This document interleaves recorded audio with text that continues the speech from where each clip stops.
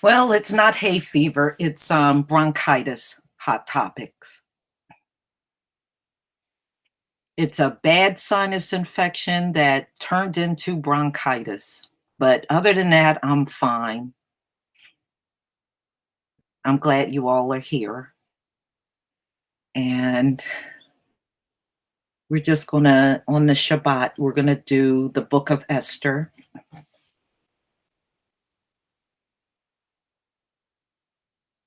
Hi, Chantel. Shabbat Shalom.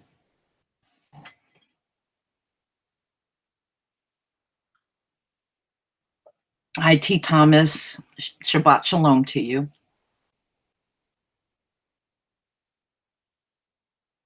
All right, let's put on some music here.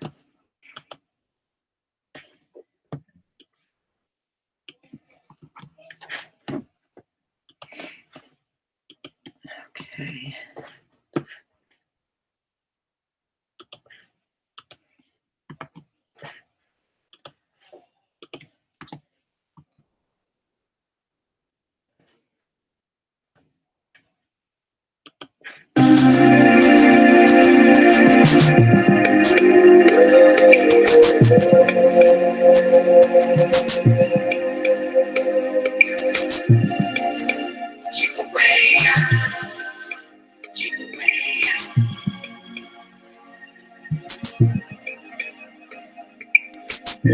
In the midst of much confusion, we decided to unify. We won't let the vision die. We know there is a greater purpose, one aim, one destiny, and we'll all stay aligned to what's preferred by Yah. Man keep his hand in the hand of Yah.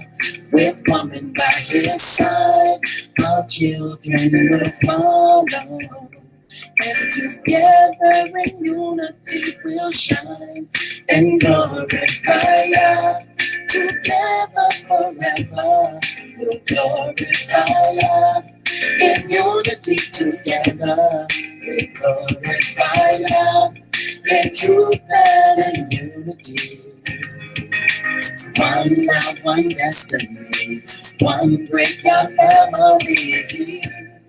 In truth and in unity. One love, one destiny, one great God family.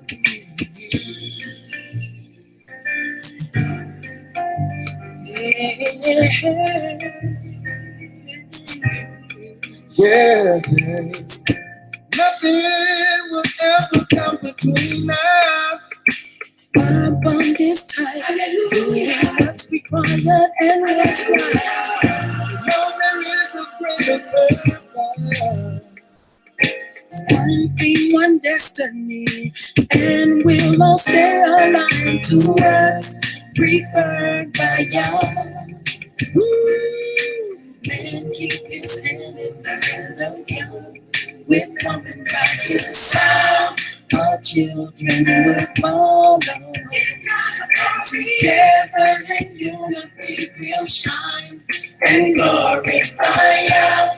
Together forever we'll glorify Yah. In unity together we'll glorify Yah. In truth and in unity. One love, one destiny, one great God family. In truth and in unity. One love, one destiny, one great God family.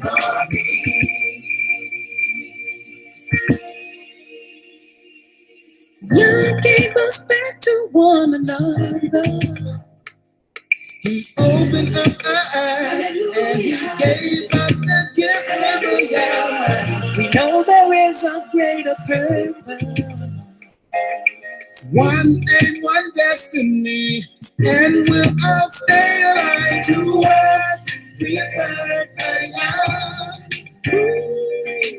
Man, keep those hands in the hands of Yah. With woman by his side. Children will follow. Together shine and glorify you together forever. And all we can do in unity to me and you glorify you right now in unity. One love, one destiny, one great together forever. You glorify you in unity together. Glorify you. We gotta have that. One love, one destiny. Got the glory. Together forever. Don't you know you glorify you? In unity together. You glorify you. In truth and in unity. I must be fast. Yes. One love, one destiny. Yeah. One with together forever. You glorify you. In unity together. You glorify you. In truth and in unity. It's gonna be alright. It's gonna be alright. One with come on. Together. Let's work together hand in hand. Glorify you. In unity together. Right now. In truth and in unity. One love, one destiny. One love, one aim. Together forever. Glorify you. In unity together. Glorify you. In truth and in unity. Truth and unity. One love, one destiny. One.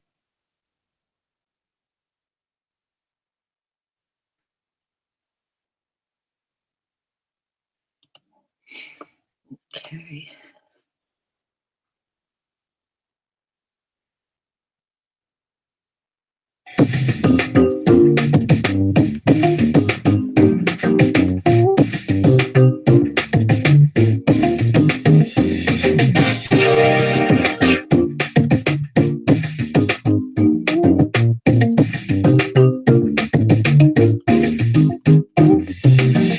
Woke up this morning and thank God for my life. So glad to be here in this lovely paradise.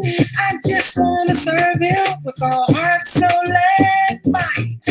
Every day I praise Him in my eternal life.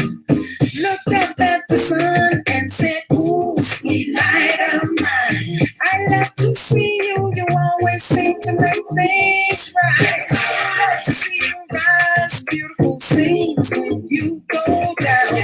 And in our oneness of spirit, I know I heard His sound singing, oh, well, I'm just serving I like you. Oh, and everything that I do. Oh, with all my heart, soul, and might, I'll be praising you forever in my eternal life. Walking one evening as the moon lit up the night. It's just so holy when you're under His pale sky. Gaze upon her beauty and serenity I found. And in my oneness of spirit, I know I heard her sound singing, oh, I'm just serving you like you. Oh, in everything that I do. Oh, with all my heart, soul, and might, I'll be praising you forever in my eternal life. Yeah, hallelujah. Hallelujah. Yeah, hallelujah. Hallelujah. Yeah, hallelujah. Hallelujah. Yeah, hallelujah. Oh, hallelujah.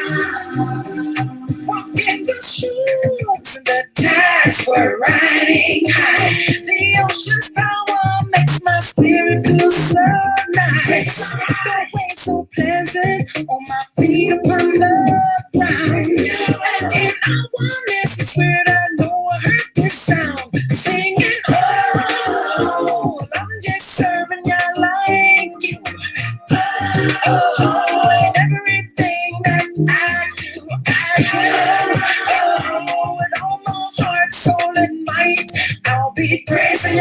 forever in my eternal life.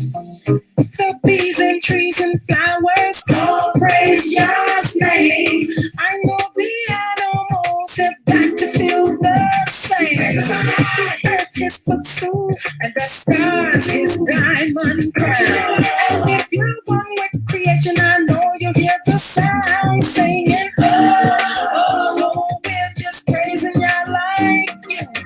Oh, in everything that we do. Oh, with all our heart, soul, and might, we'll be praising Yah forever in our eternal life, singing, oh, I'm just serving Yah like you. Oh, in everything that I do. Oh, with all my heart, soul, and might, I'll be praising Yah forever in my eternal life. Hallelujah, hallelujah, hallelujah,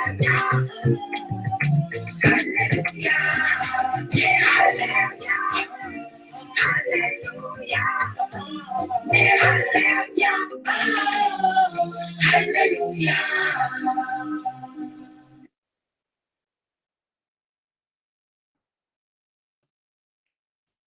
All right, y'all. Shabbat Shalom to everybody that's in the chat. I don't know about you, but when I woke up this morning after the eclipse, spiritually, I feel different. I don't feel the same as I did the day before. Now, I don't know if that means anything, but usually in the biblical text, it tells you, the blood moon is a strong indicator of changes that are about to come.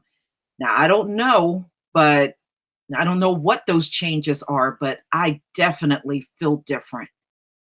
In fact, I felt different even before I went to bed. It was something about watching that um, eclipse on the internet that just brought a different energy into the air, and I think anybody that watched it was impacted by that. So something is definitely happening. The Most High is preparing us for something. Well, I don't know, but I definitely know spiritually there is a difference between how I felt before and how I feel now.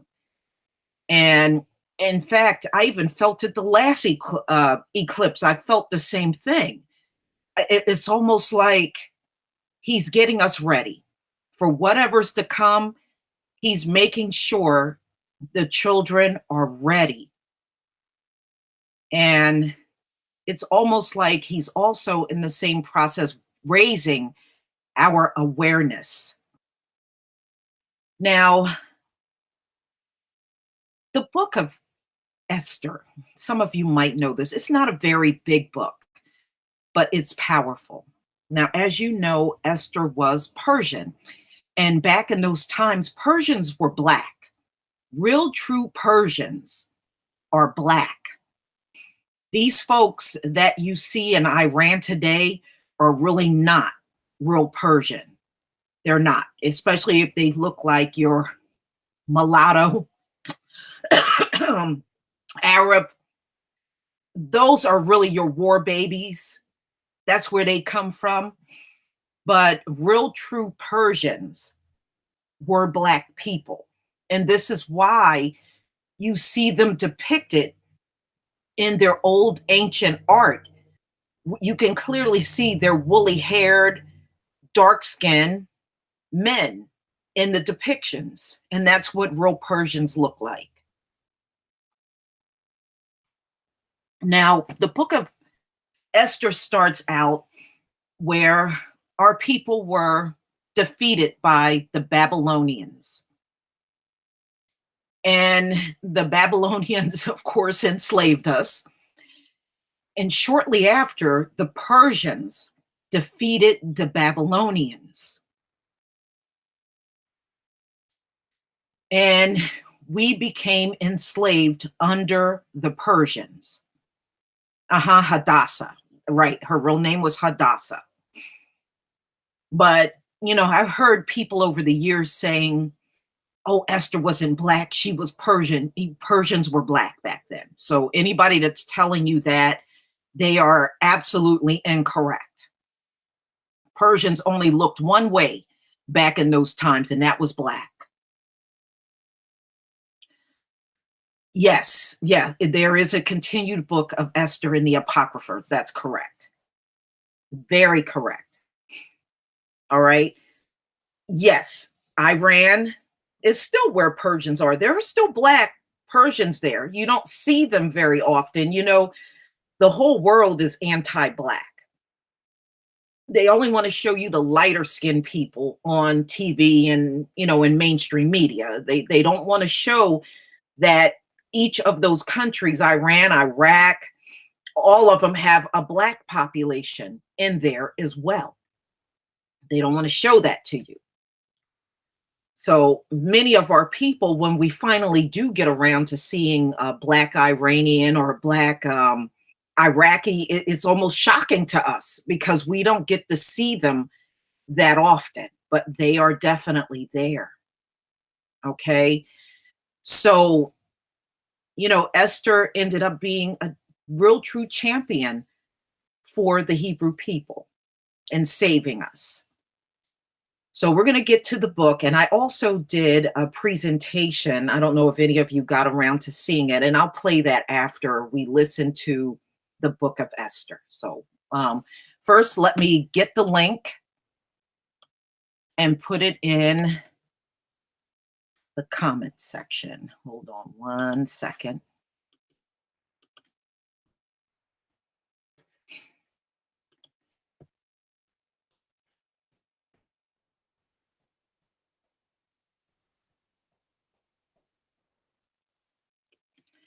Now, the book of Esther is book 17 in the Bible.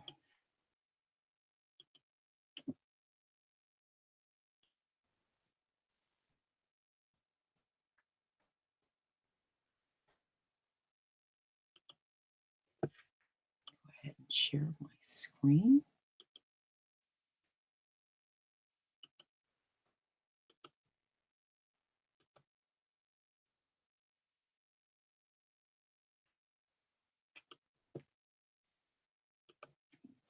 The Book of Esther, Chapter 1. Now it came to pass in the days of Ahasuerus. This is Ahasuerus which reigned from India even unto Ethiopia, over 107 provinces. That in those days, when the king Ahasuerus sat on the throne of his kingdom, which was in Shushan the palace, in the 3rd year of his reign, he made a feast unto all his princes and his servants. The power of Persia and Media, the nobles and princes of the provinces, being before him. When he showed the riches of his glorious kingdom, and the honor of his excellent majesty, many days, even 180 days. And when these days were expired, the king made a feast unto all the people that were present in Shushan the palace, both unto great and small, 7 days, in the court of the garden of the king's palace, where were white, green, and blue hangings, fastened with cords of fine linen, and purple to silver rings, and pillars of marble. The beds were of gold and silver, upon a pavement of red, and blue, and white, and black marble. And they gave them drink in vessels of gold, the vessels being diverse one from another, and royal wine in abundance, according to the state of the king.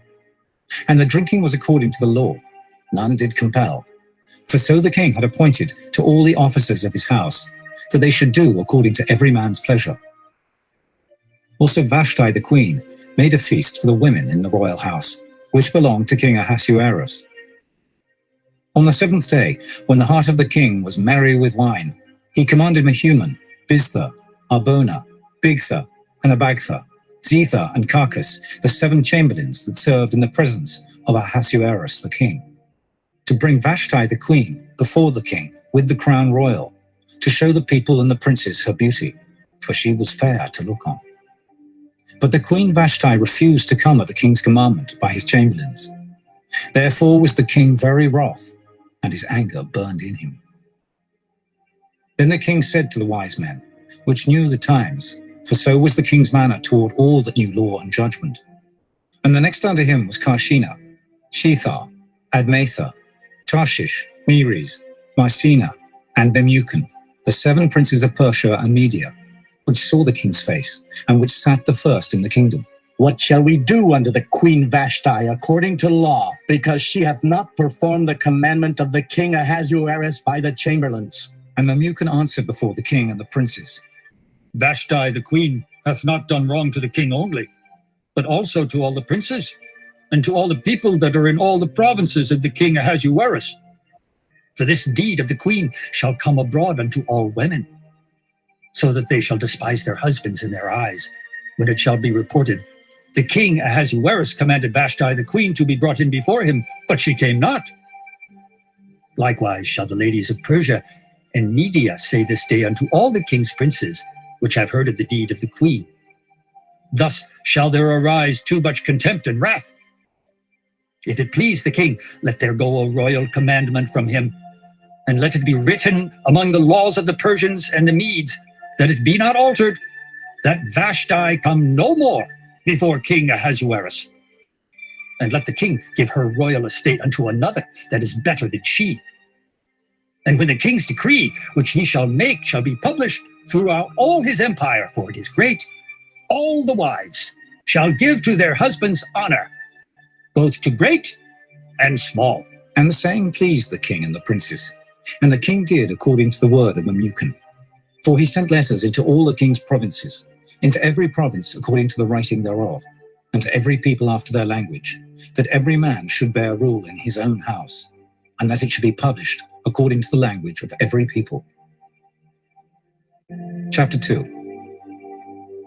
After these things, when the wrath of King Ahasuerus was appeased, he remembered Vashti, and what she had done, and what was decreed against her.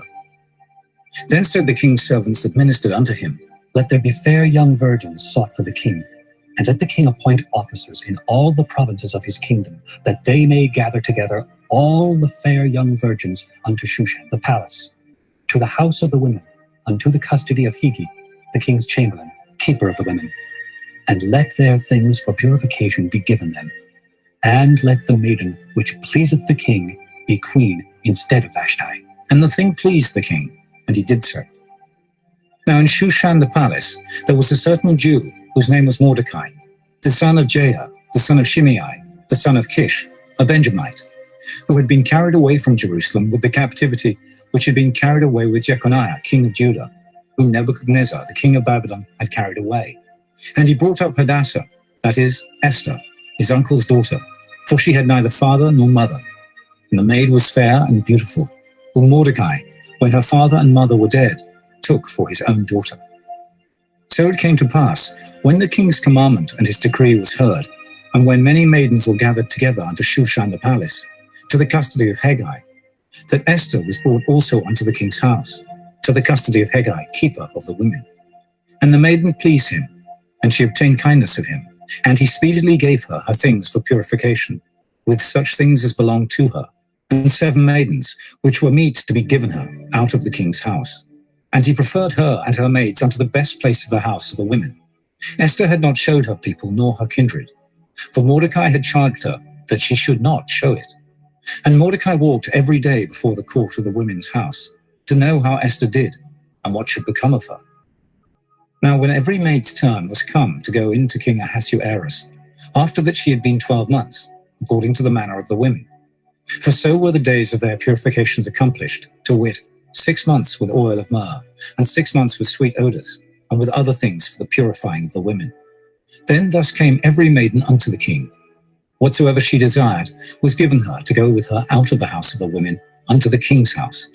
In the evening she went, and on the morrow she returned into the second house of the women, to the custody of Sheashgaz, the king's chamberlain, which kept the concubines.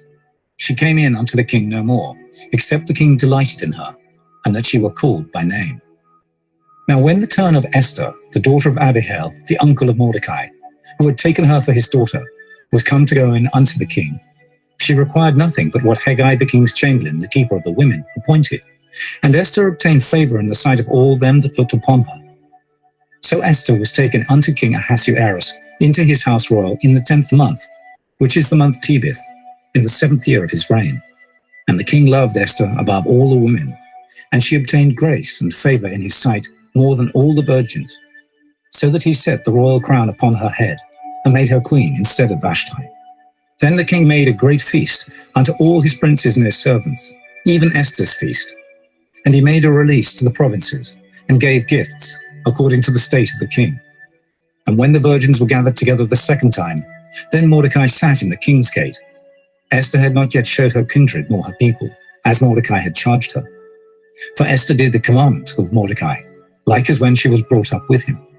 In those days, while Mordecai sat in the king's gate, two of the king's chamberlains, Bigthan and Teresh, of those which kept the door, were wroth, and sought to lay hand on the king Ahasuerus. And the thing was known to Mordecai, who told it unto Esther the queen. And Esther certified the king thereof in Mordecai's name. And when inquisition was made of the matter, it was found out. Therefore they were both hanged on a tree. And it was written in the book of the Chronicles before the king. Chapter 3. After these things did King Ahasuerus promote Haman, the son of Hammedatha the Agagite, and advanced him, and set his seat above all the princes that were with him. And all the king's servants that were in the king's gate bowed and reverenced Haman, for the king had so commanded concerning him. But Mordecai bowed not, nor did him reverence. Then the king's servants, which were in the king's gate, said unto Mordecai, Why transgressest thou the king's commandment? Now it came to pass, when they spake daily unto him, and he hearkened not unto them, that they told Haman, to see whether Mordecai's matters would stand. For he had told them that he was a Jew. And when Haman saw that Mordecai bowed not, nor did him reverence, then was Haman full of wrath. And he thought scorn to lay hands on Mordecai alone, for they had showed him the people of Mordecai. Wherefore Haman sought to destroy all the Jews that were throughout the whole kingdom of Ahasuerus, even the people of Mordecai. In the first month, that is the month Nisan, in the 12th year of King Ahasuerus, they cast pure, that is the lot, before Haman from day to day and from month to month, to the 12th month, that is the month Adar. And Haman said unto King Ahasuerus, There is a certain people scattered abroad and dispersed among the people in all the provinces of thy kingdom, and their laws are diverse from all people. Neither keep they the king's laws, therefore it is not for the king's profit to suffer them. If it please the king, let it be written that they may be destroyed, and I will pay 10,000 talents of silver to the hands of those that have the charge of the business, to bring it into the king's treasuries. And the king took his ring from his hand, and gave it unto Haman the son of Hammedatha the Agagite, the Jews' enemy.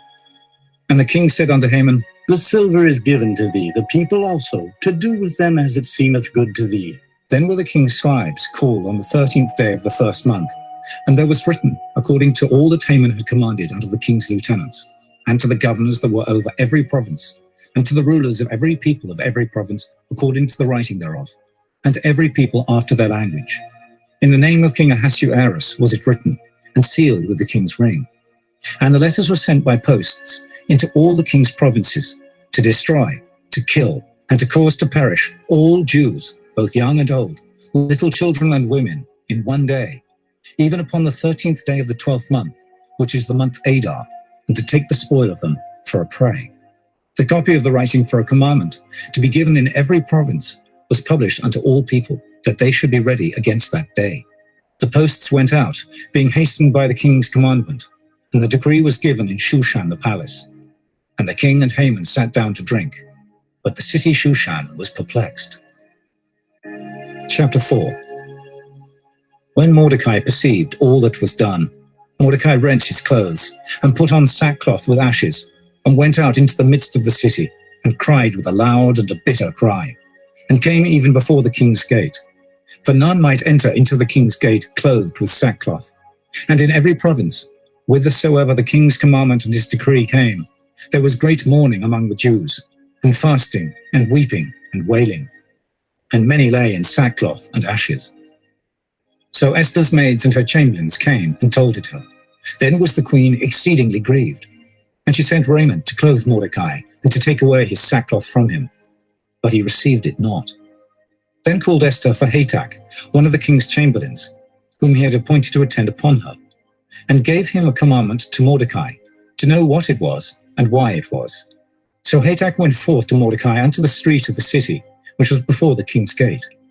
And Mordecai told him of all that had happened unto him, and of the sum of the money that Haman had promised to pay to the king's treasuries for the Jews, to destroy them.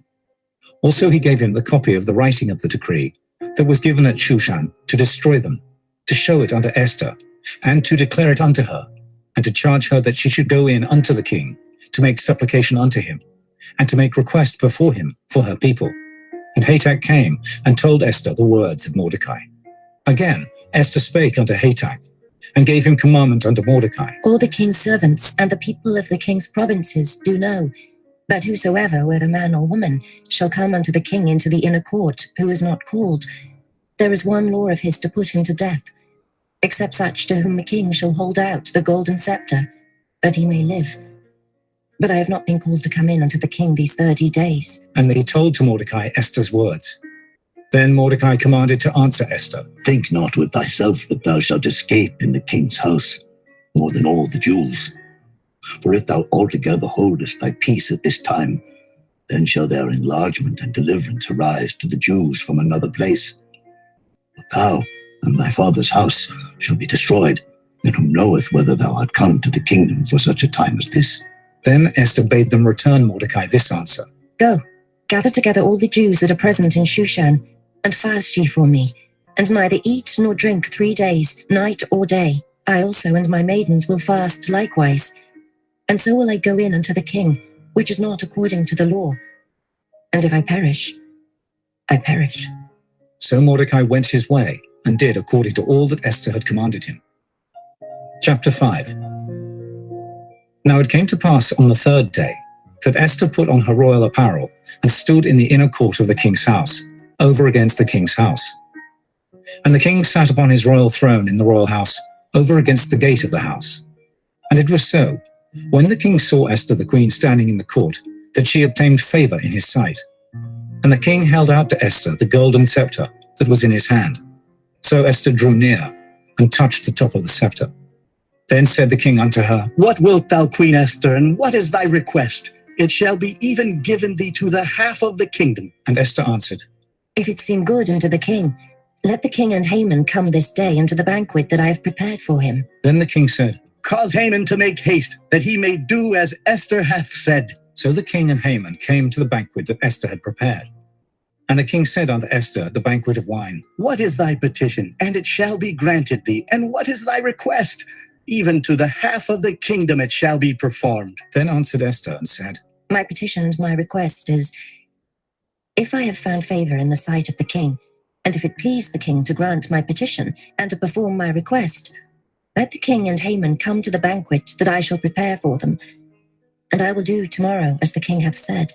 Then went Haman forth that day, joyful and with a glad heart. But when Haman saw Mordecai in the king's gate, that he stood not up, nor moved for him, he was full of indignation against Mordecai. Nevertheless, Haman refrained himself, and when he came home, he sent and called for his friends, and Zeresh his wife. And Haman told them of the glory of his riches, and the multitude of his children, and all the things wherein the king had promoted him, and how he had advanced him above the princes and servants of the king. Haman said moreover, Yea, Esther the queen did let no man come in with the king unto the banquet that she had prepared, but myself. And tomorrow am I invited unto her also with the king. Yet all this availeth me nothing, so long as I see Mordecai the Jew sitting at the king's gate. Then said Zeresh his wife, and all his friends unto him, Let a gallows be made of 50 cubits high, and tomorrow speak thou unto the king that Mordecai may be hanged thereon. Then go thou in narrowly with the king unto the banquet. And the thing pleased Haman, and he caused the gallows to be made. Chapter 6.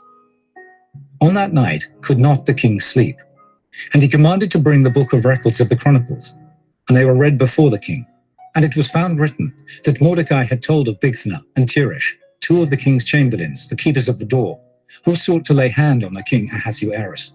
And the king said, What honor and dignity hath been done to Mordecai for this? Then said the king's servants that ministered unto him, There is nothing done for him. And the king said, Who is in the court? Now Haman was come into the outward court of the king's house, to speak unto the king, to hang Mordecai on the gallows that he had prepared for him. And the king's servants said unto him, Behold, Haman standeth in the court. And the king said, Let him come in. So Haman came in. And the king said unto him, What shall be done unto the man whom the king delighteth to honor? Now Haman thought in his heart. To whom would the king delight to do honor more than to myself?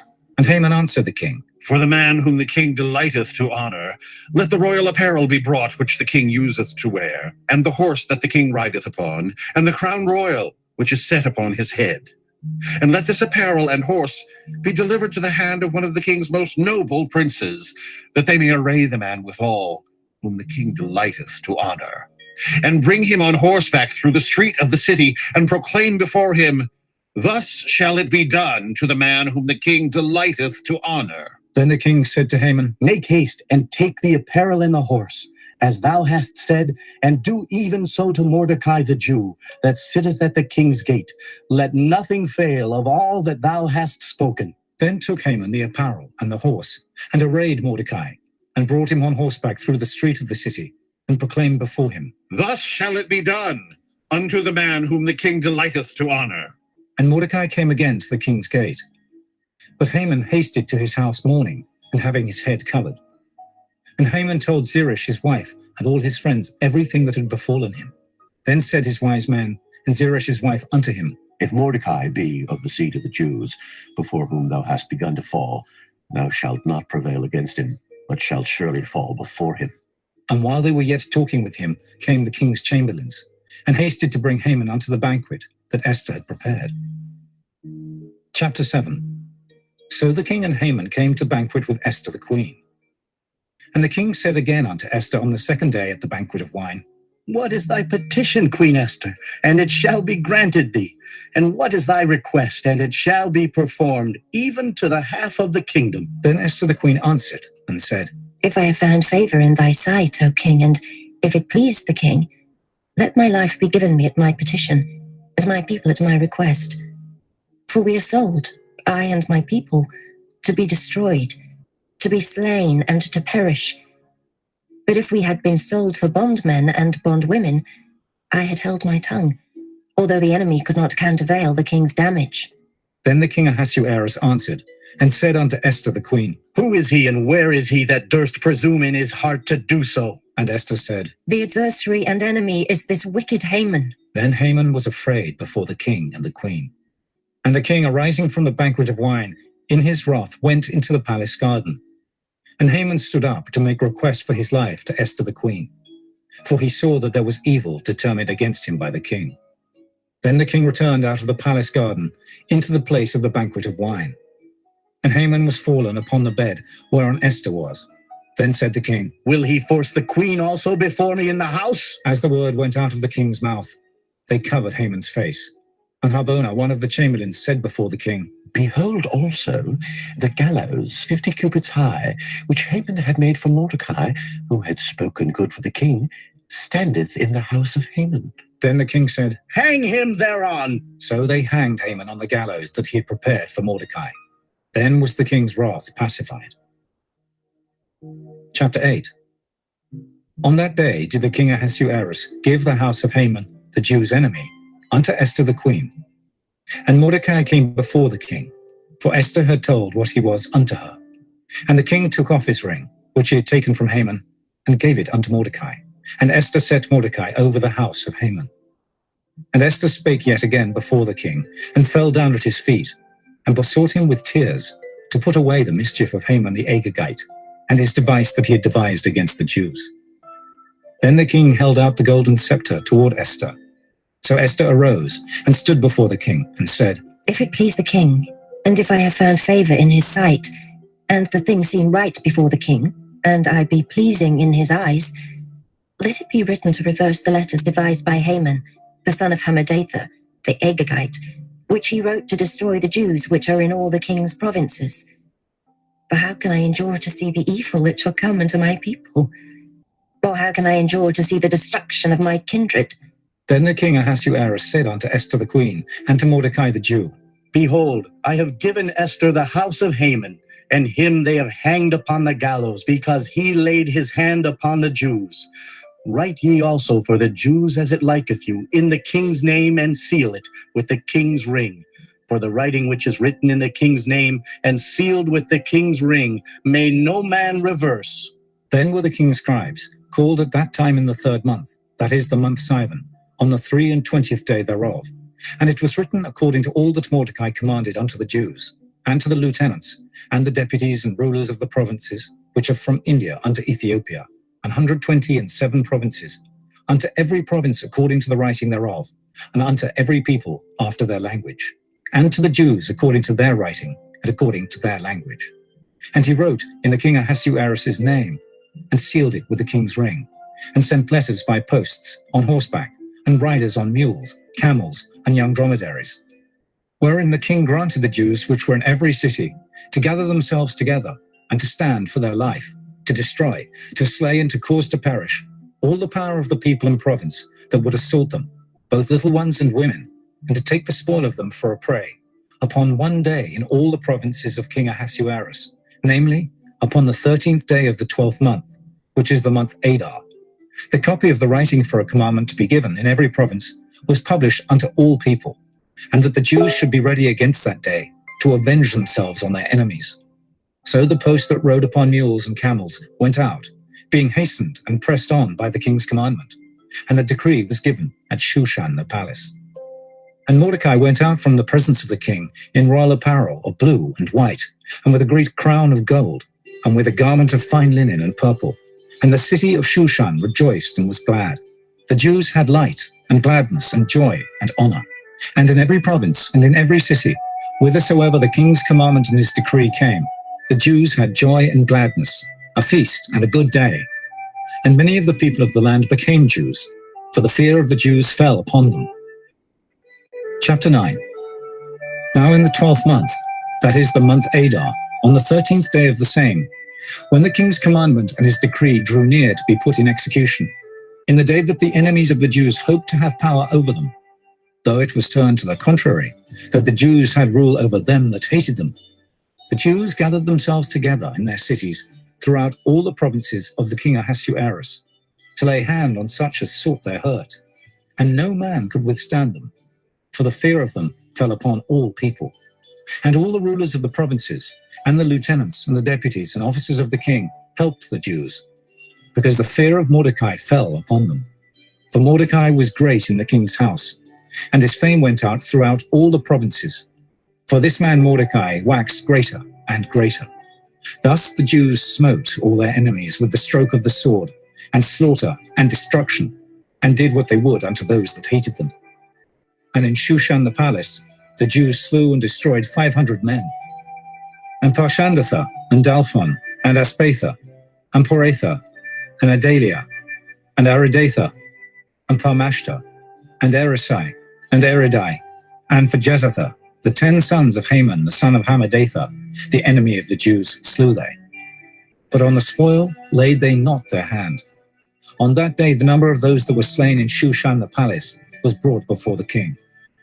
And the king said unto Esther the queen, The Jews have slain and destroyed 500 men in Shushan the palace, and the 10 sons of Haman. What have they done in the rest of the king's provinces? Now what is thy petition? And it shall be granted thee. Or what is thy request further? And it shall be done. Then said Esther, If it please the king, let it be granted to the Jews which are in Shushan, to do tomorrow also according unto this day's decree, and let Haman's 10 sons be hanged upon the gallows. And the king commanded it so to be done. And the decree was given at Shushan. And they hanged Haman's 10 sons. For the Jews that were in Shushan gathered themselves together on the 14th day also of the month Adar, and slew 300 men at Shushan. But on the prey they laid not their hand. But the other Jews that were in the king's provinces gathered themselves together, and stood for their lives, and had rest from their enemies, and slew of their foes 75,000. But they laid not their hands on the prey, on the 13th day of the month Adar. And on the 14th day of the same rested they, and made it a day of feasting and gladness. But the Jews that were at Shushan assembled together on the 13th day thereof, and on the 14th thereof, and on the 15th day of the same, they rested, and made it a day of feasting and gladness. Therefore the Jews of the villages that dwelt in the unwalled towns made the 14th day of the month Adar a day of gladness and feasting and a good day, and of sending portions one to another. And Mordecai wrote these things, and sent letters unto all the Jews that were in all the provinces of the king Ahasuerus, both nigh and far, to establish this among them, that they should keep the 14th day of the month Adar, and the 15th day of the same, yearly, as the days wherein the Jews rested from their enemies, and the month which was turned unto them from sorrow to joy, and from mourning into a good day, that they should make them days of feasting and joy, and of sending portions one to another, and gifts to the poor. And the Jews undertook to do as they had begun, and as Mordecai had written unto them, because Haman the son of Hammedatha the Agagite, the enemy of all the Jews, had devised against the Jews to destroy them, and had cast Pur, that is, the lot, to consume them, and to destroy them. But when Esther came before the king, he commanded by letters that his wicked device, which he had devised against the Jews, should return upon his own head, and that he and his sons should be hanged on the gallows. Wherefore they called these days Purim, after the name of Pur. Therefore, for all the words of this letter, and of that which they had seen concerning this matter, and which had come unto them, the Jews ordained and took upon them, and upon their seed, and upon all such as joined themselves unto them, so as it should not fail, that they would keep these 2 days according to their writing, and according to their appointed time every year, and that these days should be remembered and kept throughout every generation, every family, every province, and every city, and that these days of Purim should not fail from among the Jews, nor the memorial of them perish from their seed. Then Esther the queen, the daughter of Abihail, and Mordecai the Jew, wrote with all authority to confirm this second letter of Purim. And he sent the letters unto all the Jews, to the 127 provinces of the kingdom of Ahasuerus, with words of peace and truth, to confirm these days of Purim in their times appointed, according as Mordecai the Jew and Esther the queen had enjoined them, and as they had decreed for themselves and for their seed, the matters of the fastings and their cry. And the decree of Esther confirmed these matters of Purim, and it was written in the book. Chapter 10. And the king Ahasuerus laid a tribute upon the land and upon the isles of the sea, and all the acts of his power and of his might, and the declaration of the greatness of Mordecai, whereunto the king advanced him. Are they not written in the book of the Chronicles of the kings of Media and Persia? For Mordecai the Jew was next unto King Ahasuerus, and great among the Jews, and accepted of the multitude of his brethren, seeking the wealth of his people, and speaking peace to all his seed.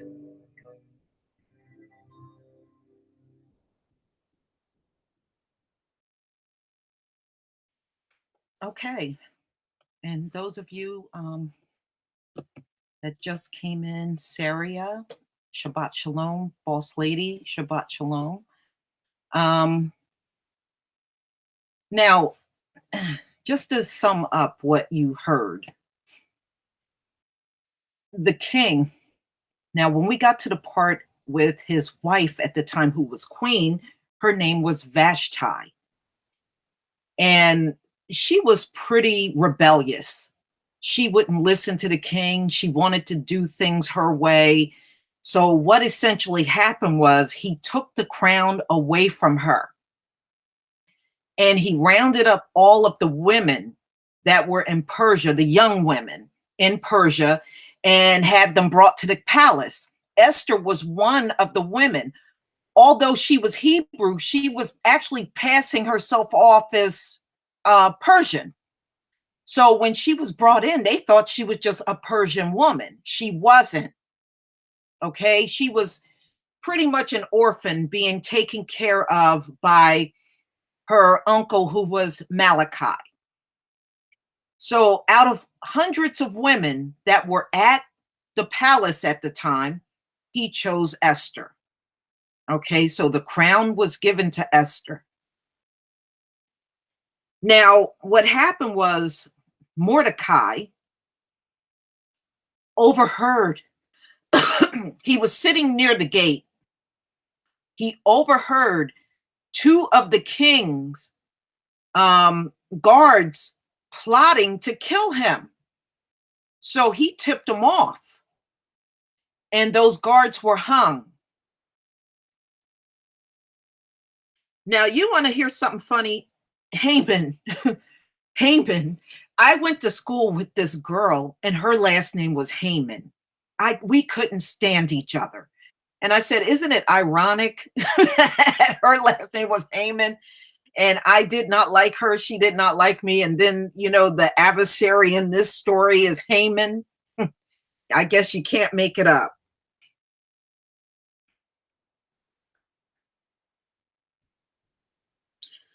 Now, Mordecai was a Jew. Mordecai, how you doing? Shabbat Shalom, boss lady.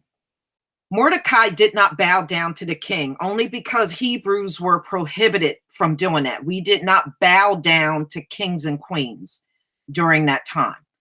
And Haman got upset about this. He felt that, everybody is supposed to bow down to the king, but as Hebrews, we were forbidden from bowing down to kings and queens. We didn't bow. Yes, Artaxerxes was also a Persian king. That's correct. Yep. And people don't realize that character in 300, that was a real king.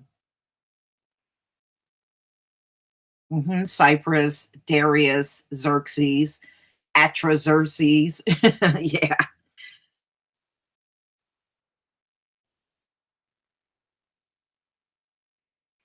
So Haman was the one that was plotting to kill, at that time, all of the Jews that were in Persia. He wanted to round them all up because of what Mordecai did.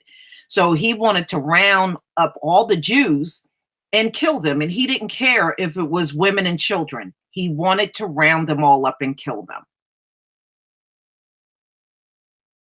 Now, Haman was the number 2 man in charge after the king. So the king had signed this decree to, have Haman and the men go out, round up the Jews, and kill them.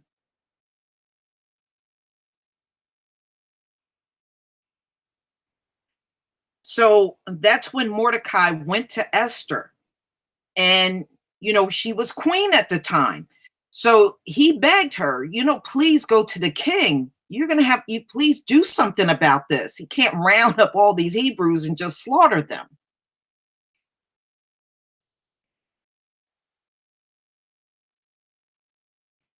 Now, it was forbidden for a queen to just approach a king. She had to be summoned by the king in order to talk to him. So Esther knew she was taking a chance on her life. She could have lost her life by approaching the king. Right. Xerxes was Darius' son. That is correct.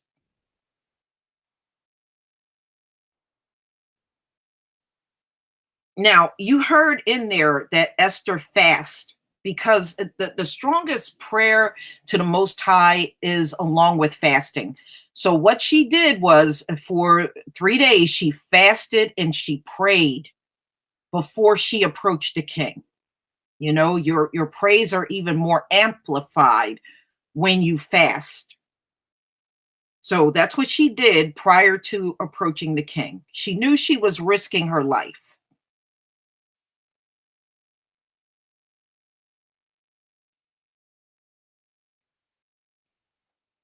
Now, he was very taken by the beauty of Esther. Esther was a very beautiful woman. So when she approached the king, he just lit up because he loved her and he thought she was beautiful. So that's when he was like, okay, what do you want, Esther? What can I do for you? Ask and I'll give you anything you want.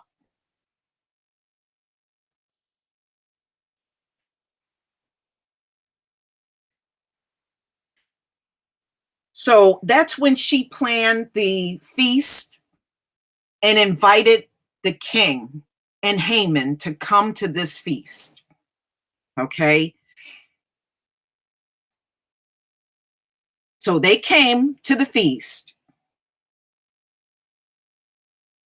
So when they got to the end of the meal, the king just came straight out and said, Esther, what do you want? What do you wish? What can I do for you? And he promised her anything she wanted would be granted. So she invited them to another feast. Okay, so she still didn't ask for anything. She just invited them to another feast. And at the second feast, she would answer the question about what she wanted.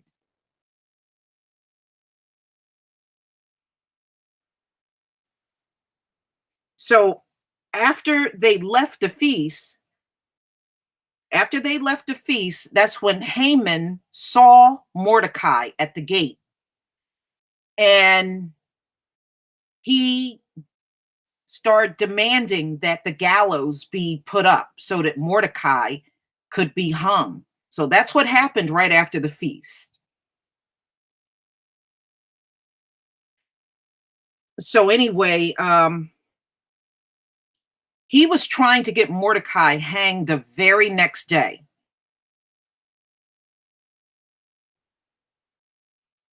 So that's when he had ordered the book of Chronicles that they were talking about.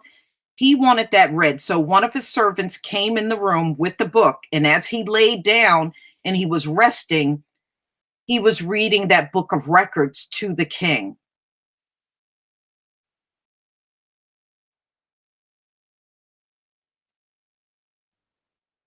So the king at that time found out that Mordecai actually saved his life.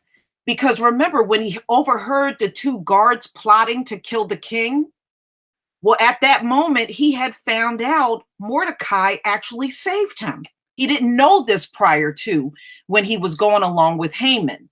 He didn't know what Mordecai had actually done by tipping off that these two guards were planning to kill him, kill the king.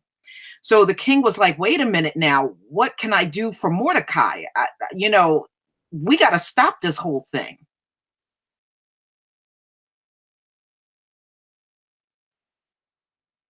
So the king called for Haman at that time.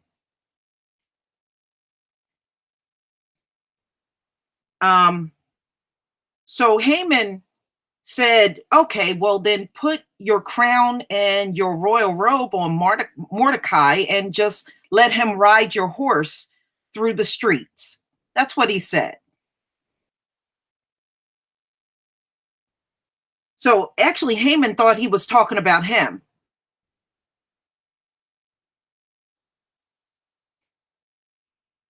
So he said, okay, go get Mordecai and do what you just said. And Haman was shocked because he really thought the king was talking about him, but he was actually talking about Mordecai.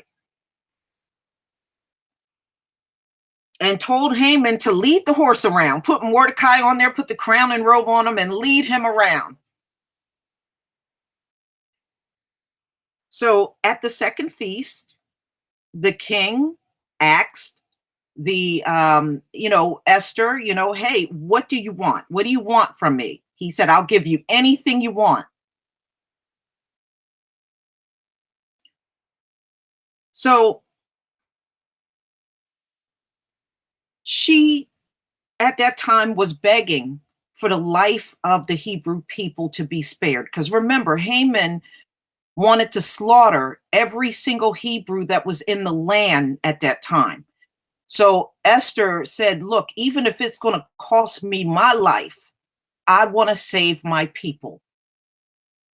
So she was asking for the king to stop the slaughter of the Jews that was planned out by Haman.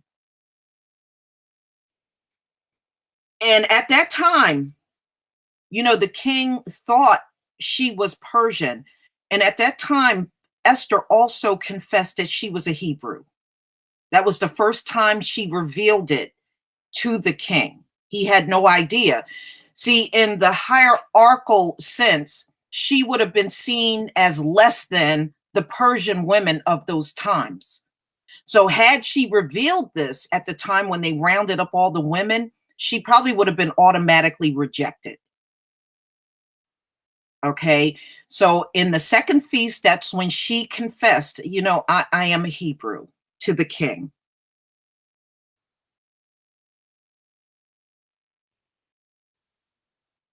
So when the king heard about the plans that Haman had, he was pissed. He was upset. And he saw how Esther was so upset about the slaughter that was going to occur on the Jews.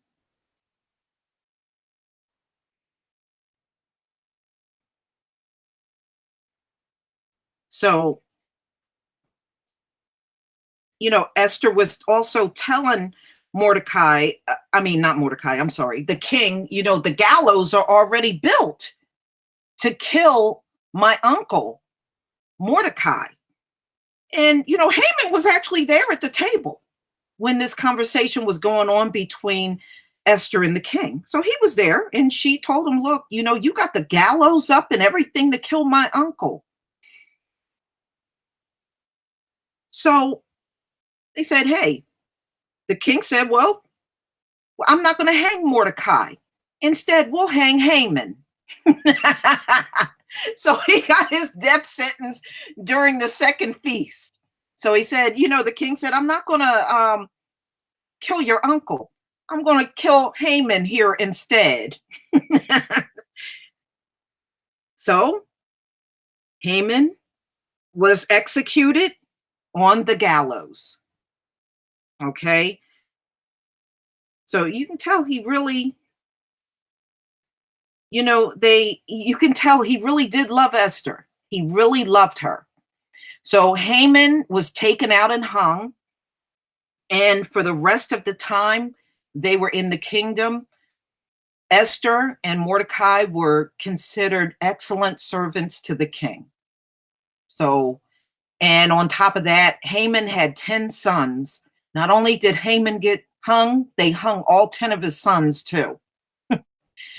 So that pretty much summarizes the story of Esther. And, she, again, we have many women that we have not even heard about that also saved our people. And we did the book of Judith last week. It's not often that the women are honored, but the women were very courageous during those times as well. And being that the Vatican has so many of our books hidden, I'm sure there are more women that we just don't know about. But Purim is celebrated, every single year. And that is in honor of, it's about the book of Esther, again, a very honorable woman for what she did. Now I'm going to show you my video. Some of you might have seen it already. And it's going to show you, it has actual pictures of the castle that Esther was in Persia. So I'm going to show you that next.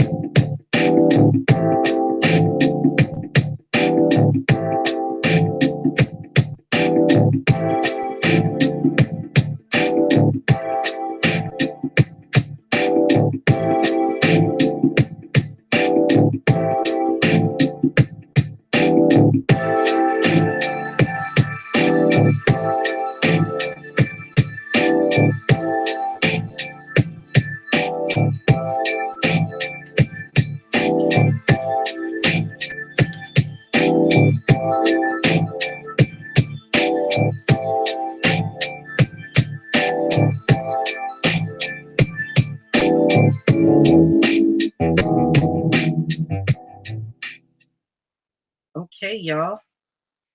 And that is the actual palace that Esther lived in. You still see remnants of it on this earth, you know?